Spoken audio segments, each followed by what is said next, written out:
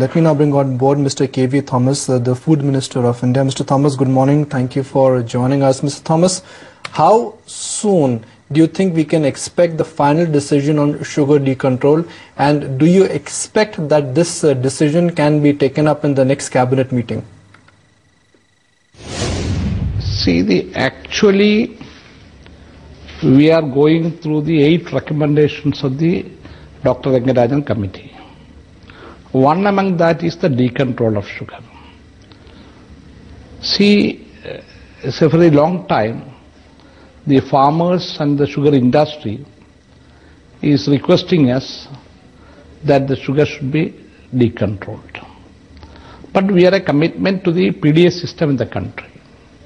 Now we are distributing 500 grams to 1,200 grams to the PDS system to the BPL families at the rate of 13.50 rupees per kilogram. So that will continue. The quantity will be preserved and the price will continue until the cabinet take a decision. So with protecting the PDS system in the country, we will find out a mechanism by which the sugar can be decontrolled. The two areas for decontrol of sugar sector that we are focusing on currently are the removal of levy sugar as well as doing away with the release mechanism.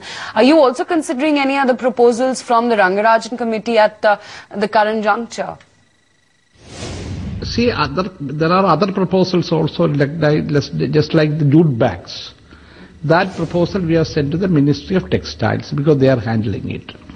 Then distance between mills, distance between the farmland and the mills, and the SAP. All these things we have to discuss with the state governments. So at different levels, that will be taken care of. Mr. Thomas, but with the removal of levy sugar, the government would need to buy sugar from the PDS in the open market. How much of the burden would that be? And do you also expect any problem in the sheer volume of sugar that you will now be buying from the market? See, that is a question we are handling now.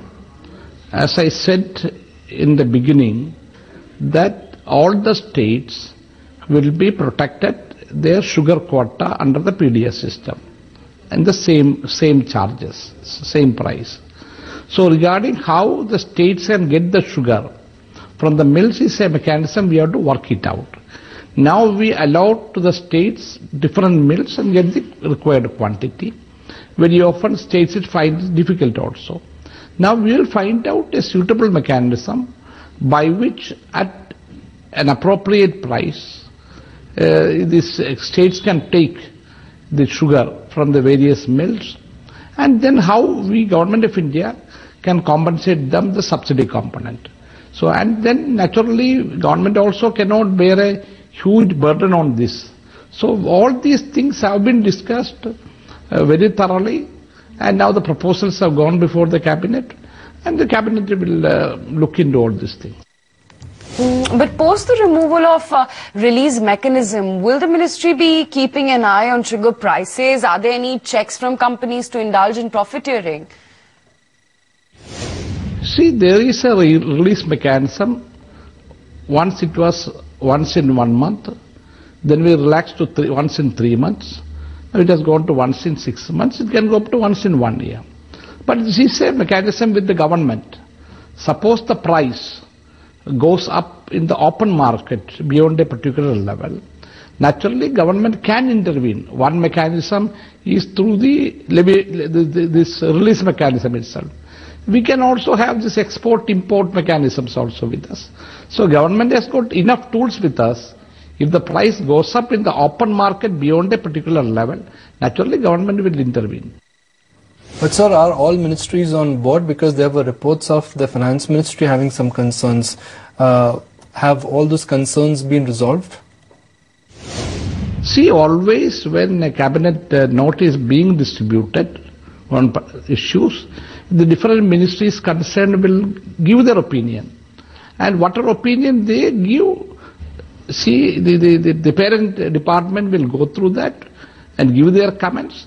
And it is the cabinet which goes through these comments and finally take a decision.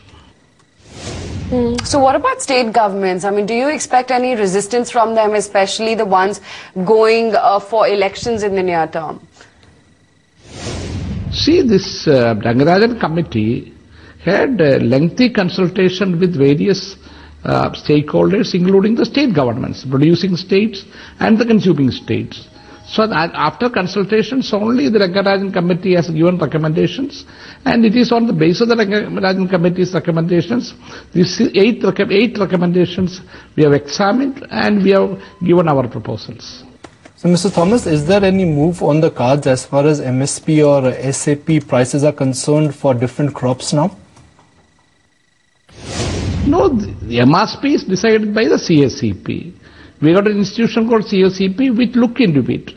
Usually cabinet approves whatever is recommended by the CSCP. So far I have not seen any occasion where which we have changed the recommendation of CSCP. So naturally CSCP's recommendations will be followed, and if there are some different opinions, then that will be examined. Right. So in terms of sugarcane production, do you see a shift in crop patterns? Are we seeing a difference in sowing of cash and food crops as well? So these are the issues handled by the Ministry of Agriculture.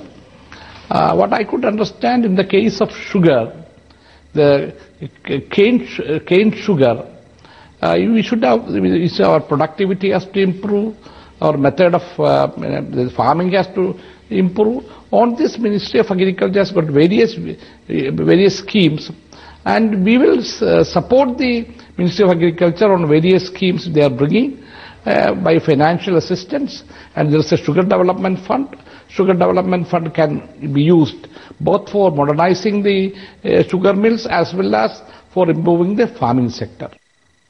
But Mr. Thomas, in the Union Budget, the Finance Minister has announced about 10,000 crore for the National Food Security Bill over and above the food subsidy.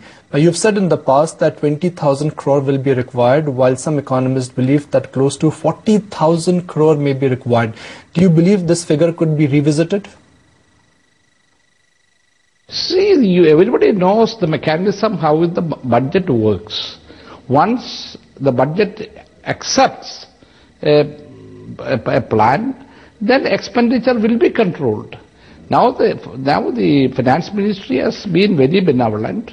They have allowed 80,000 crores as the food subsidy and 10,000 crores for the implementation of the food security bill. That itself is a huge amount.